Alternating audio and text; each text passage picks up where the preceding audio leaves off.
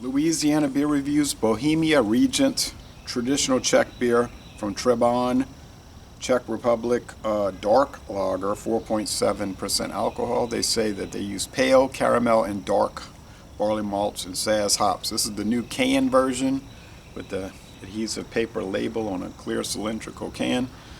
500 milliliters. This brewery was established in 1379. Had some interruptions during wartime, but it's more or less been continuously producing beer since then. One of the world's oldest breweries, over 600 years old, and they show a photo of the brewery there. This was sent to me by Douglas. Thank you, Douglas, sending this to me. He's in Virginia. It gets a 66 on Untappd, so they're saying it's okay. That would be their okay. Beer Advocates saying 79, C plus, okay. You know, those scores are comparable actually the way they set them up. I've never had it. There are some video reviews on it, which I intend to watch. Generally, before maybe in the past year, you'd have seen this in bottles, 500 milliliter bottles, but you know, all the companies are going to cans now. It's got a good Best By date, guys, so let's check it out. I've never had it. I've never seen it in Louisiana. I've never seen it anywhere until it came in the shipment. Thank you again, Douglas. Okay. So, I like dark lagers. It's got a thick beige head and a, let's see, the sun is not obscured, well, a little bit obscured by clouds. Seems relatively clear. Little haze to it though. I don't see any fine particulate matter like I saw with the premium Pilsner at 5%. 4.7, interesting. Dark lager. There's the Newcastle Brown Ale, which is also 4.7%. We get the Lagunitas Brewed Newcastle Brown Ale these days. A different take on it. Interesting take, and a very good take, by the way. Delicious product. But I did like the original Newcastle Brown Ale when we used to get the British imports. Okay, anyway. Of course, that's an ale. This is a lager. All right. Bohemia. Okay, so the name of the Czech Republic until 1918, 126 years ago was, 106 years ago. 106 years ago, it was called the Kingdom of Bohemia, and it had been called the Kingdom of Bohemia for hundreds of years. So that's the old name for it. Under the Habsburg Empire, the Habsburgs were the kings of Bohemia. They were the rulers of the Austrian Empire. All right, so this area of the world was part of the Austrian Empire, and then they became independent in 1918. And briefly under German occupation, 1939 to 45, 6 years, not so brief. Then Soviet occupation from 1945 until the 1990s, early 90s, really. So invaded by the Soviet Union in 1945, and then invaded again by the Soviet Union in 1968. So they've had a rough time of it. But anyway, it's been family owned since the early 1990s when the communists were thrown out of the Czechoslovakian government. And of course, the Czechs and the Slovaks cut themselves in half on January 1st, 1993, becoming the Czech Republic and the Slovak Republic. No longer connected, two separate countries. Okay.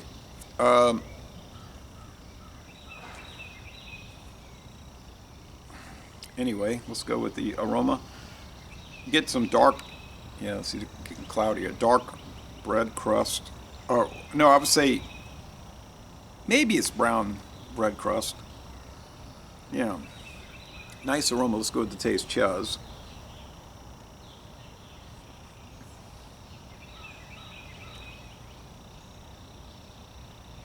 And you might have heard the recent news that Slovakian Prime Minister was very seriously wounded in an assassination attempt. I think he's going to survive. And new president, with the one who's about to become president of the Czech Republic, Slovak Republic, was saying, "This is terrible. We're not going to tolerate this kind of stuff." And he was an ally of this prime minister, so they're very angry about it.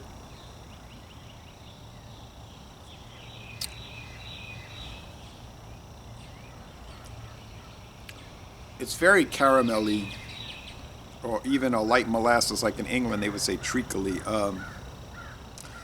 There's a there is a hop bitterness. Honestly, I think it's probably coming in around 22 bitterness units. They don't state it on their website.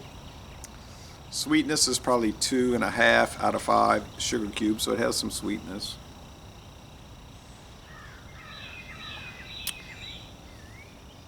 Bitterness is probably 2. Yeah. No. Um, yeah, 2 out of 5 hop cones, but maybe 2.5. It's got a little grassy herbal bitterness. Medium bodied. Mostly dry finish, so it's a lot different than the Pilsner. So let's see the ingredients. Artesian well water, same kind of water we get here for our drinking water. Although most people around here buy bottled water, because there's this whole thing in the United States where they think tap water is going to make you ill. So they get bottled water, which is really mostly just tap water from a different state that's bottled. But we get our water from a well. Okay, and I don't have any problem with it. It scored a 100 out of 100 on the Louisiana Department of Health, Department of Environmental Quality ratings, 100 out of 100. Artesian well water, barley malts, hops, yeast. It's pasteurized, served chilled. Definitely chilled, 4.7. So the websites are ancientcraftimports.com for the U.S. market, Paxico, Kansas, czechbeeralliance.co.uk for the British importation.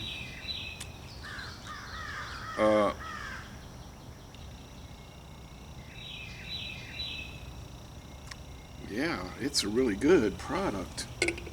Now, I know there's a Budweiser, Czech Budweiser. Then there's a dark Budweiser. I saw a dark Budweiser here, like around 2011, and I thought, I'm going to buy a 6-pack. Went back to Winn-Dixie, they had wiped out their import section, took the display. It was a whole big area. They took it down, and it was gone, never seen again. I said, missed it. And I believe there's a dark Löwenbräu. I think there's a dark Staropramen. There was a St. Paul the Girl dark. There was a Beck's dark. I think they're gone. There was definitely a Heineken Special Dark. That's gone. There is some Grolsch Amber that they get over there, not here. So most of these companies will produce an amber or dark lager. Dos Equis, there's an amber. Bohemia, there's a dark. Col Obscura, which I've never seen here. There was some dark Budweisers for a while, but that didn't last. You might remember some of those. They were treated with the Jim Beam barrel staves in some cases. I've seen photos of a Miller Dark from the early 90s, mid 90s, never saw it. There was a Pabst Dunkelbach.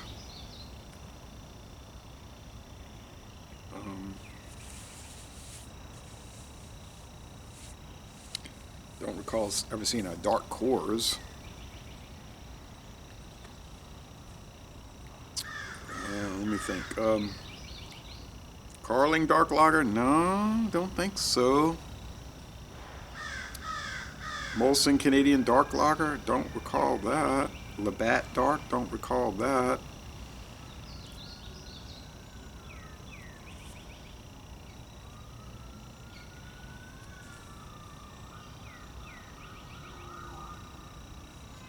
But when I went to Spain last year and then across the water to Spanish Africa, one of the Spanish African territories, like whatever Spanish beer they had, there was like the light lager or pale lager. They weren't that light, actually. They had full body. But then there was always a dark version, right? So there was, yeah, there was the Alhambra, and then the Alhambra Dark, and then the, well, whatever, anyone you name, there was a variant of it.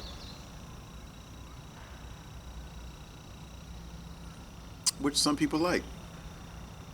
Never seen any Peroni Dark. Oh, what am I saying? No, seen Birra Moretti. There was the Ruby Red Doppelbock. The La Rosa, the red. Yeah. Can't find that anymore. Used to be able to find it. So yeah, you see the pattern. Now whether there's a Almatza Dark from Lebanon or, it gets convoluted after a while, but yeah, you do see a lot of these variants. But usually it's like 95-5 popularity. The pale, you got the Dos Equis Lager Especial is probably 90, it might be 85-15 versus the Negra, the dark. I like the Negra. It's got more flavor. It's got more character. This one, do I like it more than the Pilsner? It's hard to say, but it's certainly a jewel. Couldn't turn it down.